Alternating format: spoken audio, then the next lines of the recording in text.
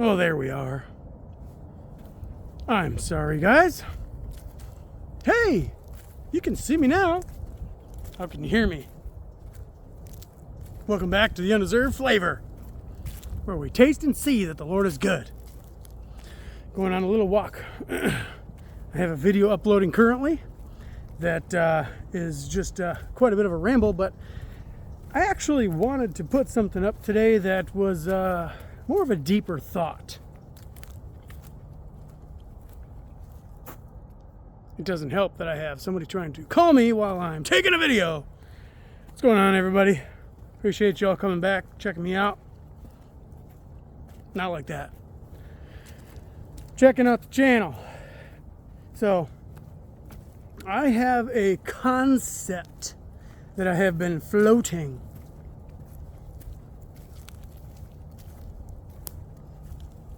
I have an idea that I've been thinking about for a long time. It's pretty deep, and well, I don't know. You may think otherwise, but been thinking about it for a while, a long time, a couple of years actually, and I thought, you know what? That'd be a good time to put it out on video. As dead as everything is this time of year around here, still kind of cool to walk it.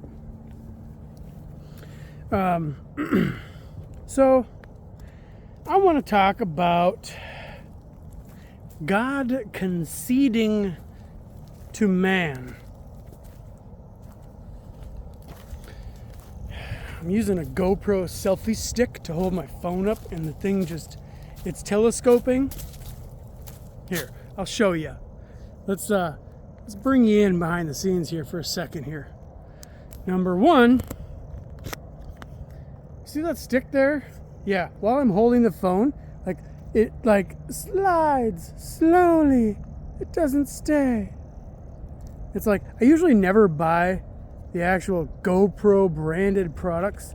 I have GoPros, but for the little components that you use to mount GoPros to things, I don't usually buy the branded ones. I buy the crap off Amazon that's unbranded because it's cheaper. But I'm like, oh, I got this little, kit with actual GoPro, branded accessories, figuring it's going to actually be decent quality. It's trash. And I got this little spinny phone holder thing on top, and it doesn't actually lock straight. So, if I want to angle it, dang nabbit, I'm doing this one-handed. See how not straight that is? Here, now it's straight up and down. See how that's crooked? So if I want to angle the phone, if I'm going to hold the phone at an angle, hold my selfie stick up, shoot me, I have to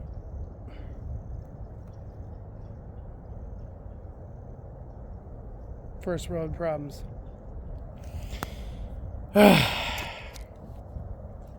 So anyway, sorry if the phone bounces around in weird ways, or camera or whatever, the video.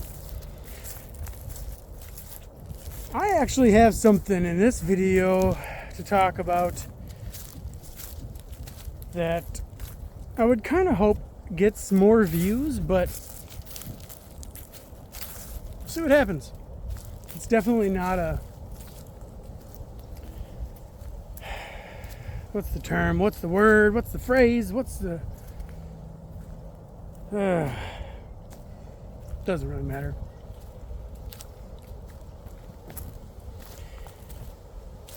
I have a thought. I'm going to turn this around, and I'm going to try to hold my phone steady so y'all can watch scenery, because it's nicer than staring at my face while I'm not even paying attention to what I'm filming while I'm talking.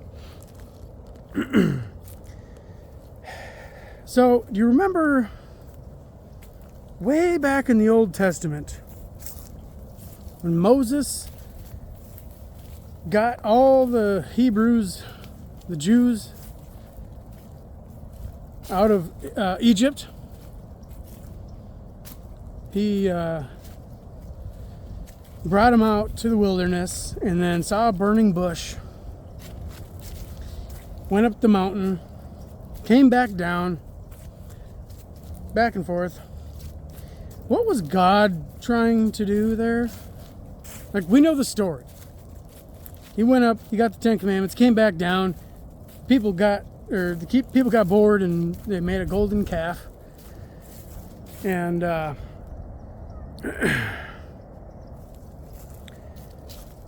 yada yada yada. Well, you know, there was something happened there that we don't often acknowledge. And when I say we don't often acknowledge, we literally never acknowledge. I have never heard this preached from the church pulpits of any flavor of church I've been to, and I have been to lots of them, because that is what I like doing. For the better part of the last 20 years, I have warmed the pews of pretty much every flavor of church you can think of, except for, ironically, the Eastern Orthodox. I've never been to an Eastern Orthodox service. I say ironically because I believe I align with their theology most closely when I read it. Again, sorry for not holding the camera straight. I am thinking about what I'm talking about, not what I'm filming. Anyway.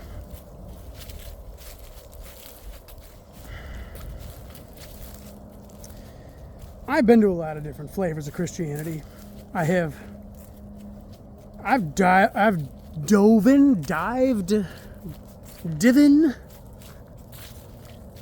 jumped right in to a lot of church communities. I have enlisted in the worship team. I've gotten in the small groups. I have enveloped myself into Christian communities. Don't ask me why. This is mostly back when I was an evangelical, and that's just, that's where my passion's at. I'm still in it, but what I never have heard acknowledged or talked about or brought up in any context is the simple fact that when Moses went up originally to the burning bush in Mount Sinai, what did God want? I'm going to flip this around. What was God after? Was God's original intention to give them 10 commandments? Was it his original plan to establish a law and a hierarchy? And was it God's intention to establish a religion? Dumb question. I mean, it's relevant, but it's dumb. Yeah, no, it wasn't. God didn't want any of that. Go read the freaking Bible if you believe in it. I know it's not the Word of God. I say that all the time. But I still revere the ancient texts. And I have a respect for them. And I seek to understand them in as close to their original context as possible, because that's the only way they're relevant. God did not want to be their king. He had no intention of being their king. Have you read the Bible? Who wanted a king? The people did. The people who were conditioned to believe they needed a leader. They wanted a leader. They wanted to be led. They wanted to be fed. They wanted to be cared for. I get it. That's the human condition. Especially, wives and women. I know you're not all the same, but generally speaking, women want security in a relationship. They want to be protected. They want to be provided for. And that's not wrong. That is natural. So, and men want to protect and provide and lead. That said, we have thousands of years of twisted nature. Let me turn this back around.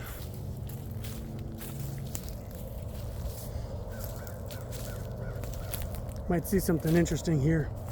Lots of stuff jumping in this water. Gators, birds. Anyway.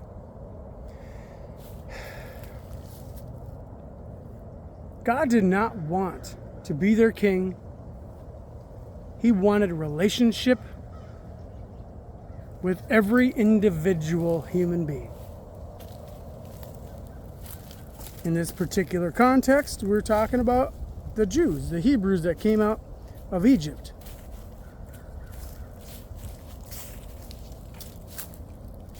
He wanted individual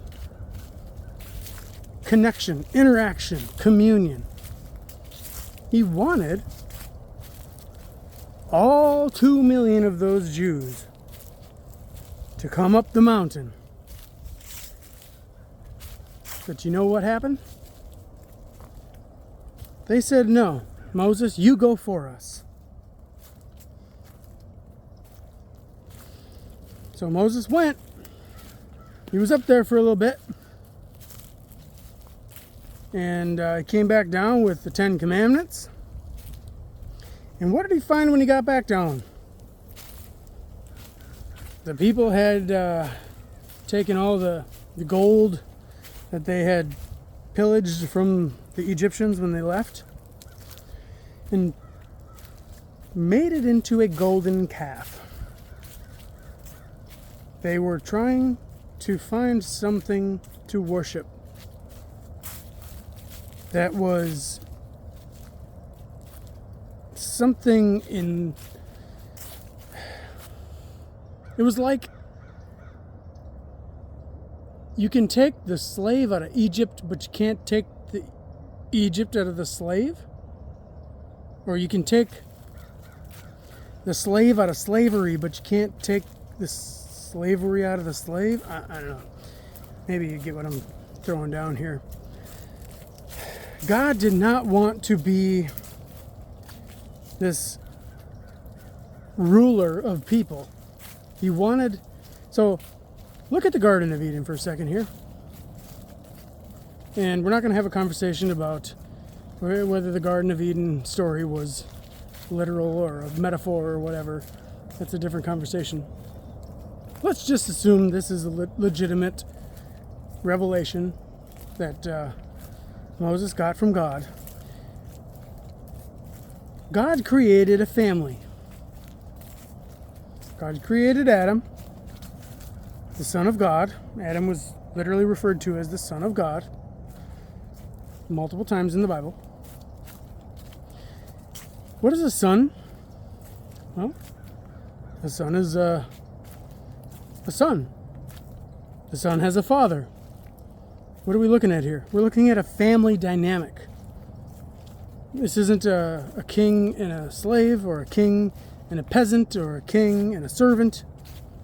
It's a family dynamic. God wanted a family dynamic from the beginning. What happened when the Jews, the Hebrew people, Abraham's seed... Well, now that I mentioned Abraham, let's go back to Abraham. Abraham took off out into the wilderness because God spoke. I don't want to get into all that. It's going to get me way too far off what I want to talk about.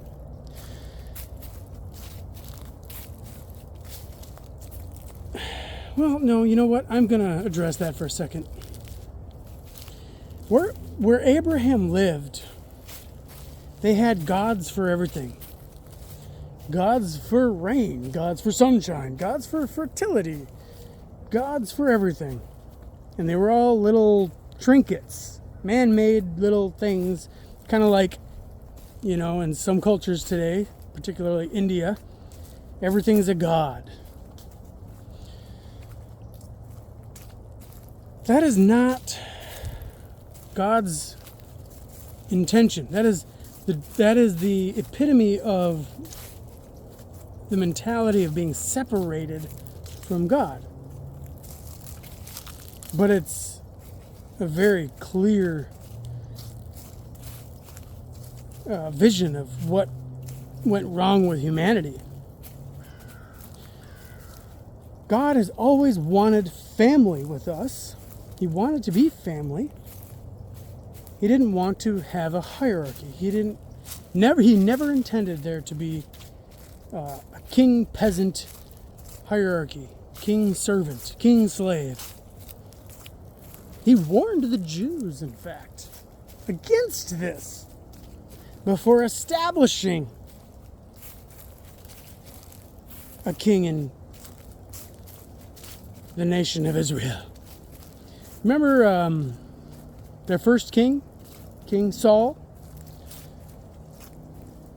I am suggesting you go back and read the Bible because it's fun and interesting and relevant and good.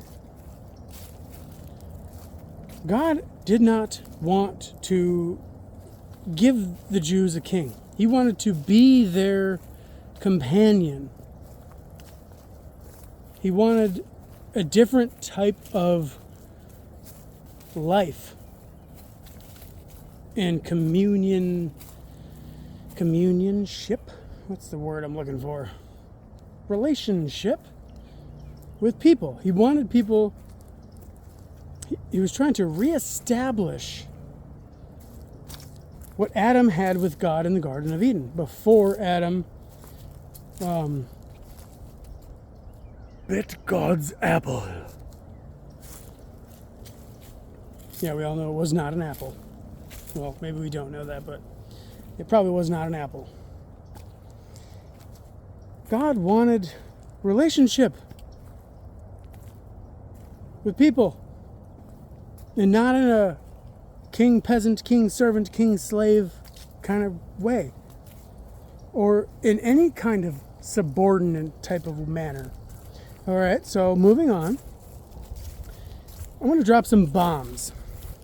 I know we're nearing 20 minutes into this video, and it's probably not the most exciting and captivating video you've ever seen on YouTube, but if you're still watching,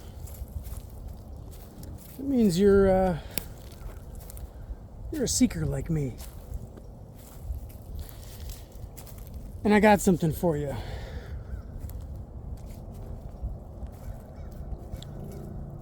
Hot takes. We're going to call this video Hot Takes. Hot takes at 20 minutes. Well, we're 18, almost 19 minutes in. So, I'm not going to wait around to give you my hot take till 20 minutes because I don't want to waste your time. Hot take number 1. God did not institute the sacrificial system. Man did that. Do you remember when Abraham was called by God to go up the mountain with his firstborn and long-awaited son, Isaac? What happened? God provided the ram. Abraham was about to, quote-unquote, follow God's instruction to sacrifice his only son, to, quote-unquote, test his loyalty, or faith, or whatever.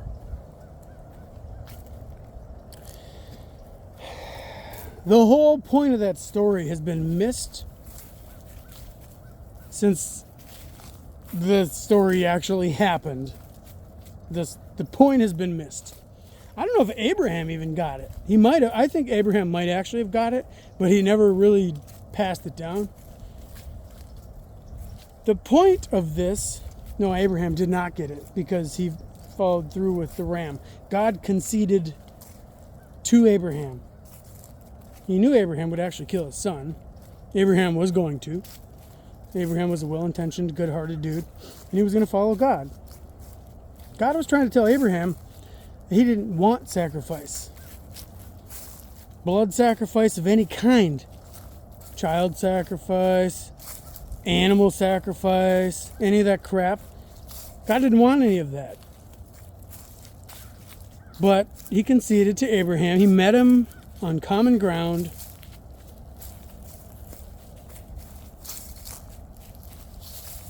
And then what happened next?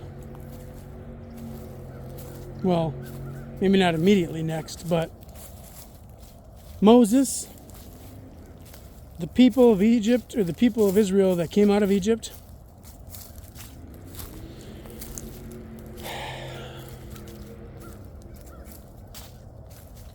they wanted to be ruled over. God did not want them to be ruled over. Hot take. God wanted them to see. God wanted them to be in relationship with Him. God wanted them to interact with each other in the way that they were originally designed and intended to interact with each other. Other-centered, self-giving, self-sacrificial love. The people wouldn't have it. God loved them anyway. So, God conceded. Fine, guys. You want a system? All right. I know you're all ignorant babies. Here's what we're gonna do. We can play your little pretend game, and here's the rules. Here you go. And then what did we have for the next 3,000 to 4,000 years? We had a Jewish community that broke the rules, ended up in slavery again, repented, came back to God, found blessing, killed some people, broke some more rules, ended up in slavery again, repented, and this cycle continues. And then Jesus comes. He's like, yo, y'all are missing the forest for the trees. God is your Father. Heaven is within you. Jesus literally told the Pharisees that heaven is within them. God did not wish for the sacrificial system. He did not demand the sacrificial system. He did not institute the sacrificial system. People did. God never intended there for it to be a religious system. People did. Jesus came to emphatically make a point that religion is vanity and ultimately leads to some form of corruption, death, manipulation, control, evil. Religion is evil.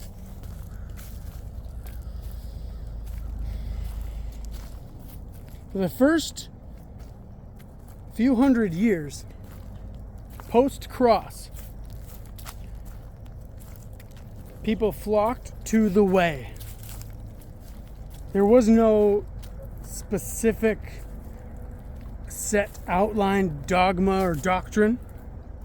It was a way of life. It was an understanding. It was a revelation. And it was confirmed with signs and miracles and power. Sick were being healed. Blind eyes were opened. Demons were cast out. And then came the Roman Empire. And Augustine of Hippo, the pagan Manichaeist, who under threat of death converted to Christianity. Don't believe me? Maybe we should jump on in some history books. Same with Constantine. No, I'm not going to get into that. We'll do that for another video. Maybe drop a comment if you're interested in that point, or you could look it up for yourself. Christianity was never meant to be a religion. It was never meant to have somebody speaking from a pulpit and have people warm the pews. It was never something, well, I'll point you back to the Book of Acts church. Well, it wasn't really a church, but like the Book of Acts, the way people, I know it was pretty messy back then because it was just getting established, but even today, it wasn't supposed to be a religion. It wasn't supposed to be dogma. It wasn't supposed to be doctrine. It wasn't supposed to be liturgy. God didn't intend any of that. He wants relationship. We are here on earth to experience what can't be experienced on the other side of 3D. We're here to experience some things that cannot be experienced when in bliss. I believe that our souls pre-existed and do exist forever. I do not believe in a purgatory. I'm not sure where I stand on reincarnation.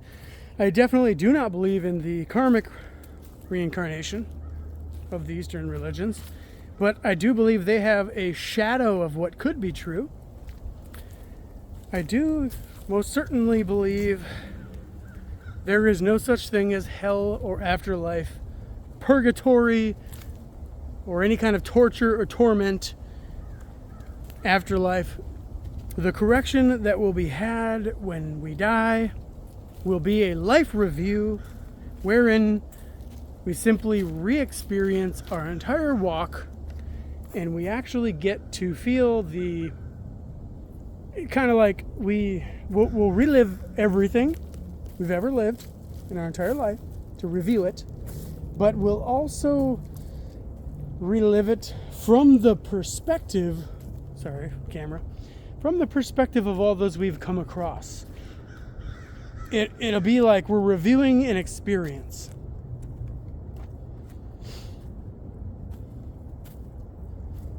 We're going to review the experience. The only judge involved is ourself. The only judgment involved is whatever judgment we impose. There will be no God judging us.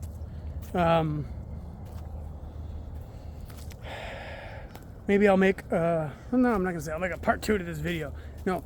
So, what about the Book of Revelation? What about all this talk about the judgment and everything, and eschatology and rapture and all this different stuff? I'll talk more about that in future videos.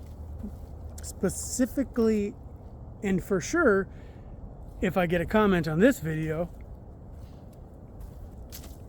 talking about a specific, context in which I should refer to.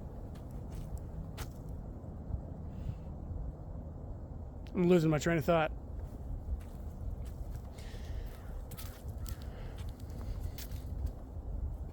We cannot relate to an ancient civilization. We just can't. You can learn it, you can study it, you can try, but the Book of Revelation, honestly, is completely irrelevant to us today. If you can find some wisdom, or if it helps you to be a more loving person today, great, awesome. But it serves no relevance to future events.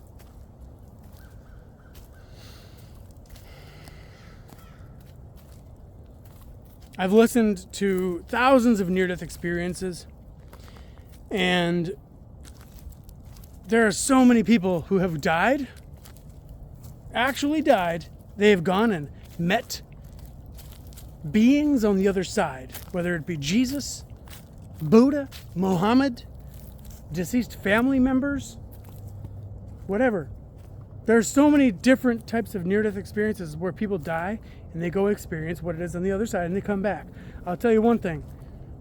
Anybody that experienced hell, they came back to tell the story, so they're not stuck there. So they can't say you're going to be stuck there, or they'd be stuck there. We came back with a warning. Well, you know what? What if I told you we're in a matrix? We're in a video game of sorts. We're in a movie. This life, the meaning of life, the thing we're all after, is about experiencing something that we cannot experience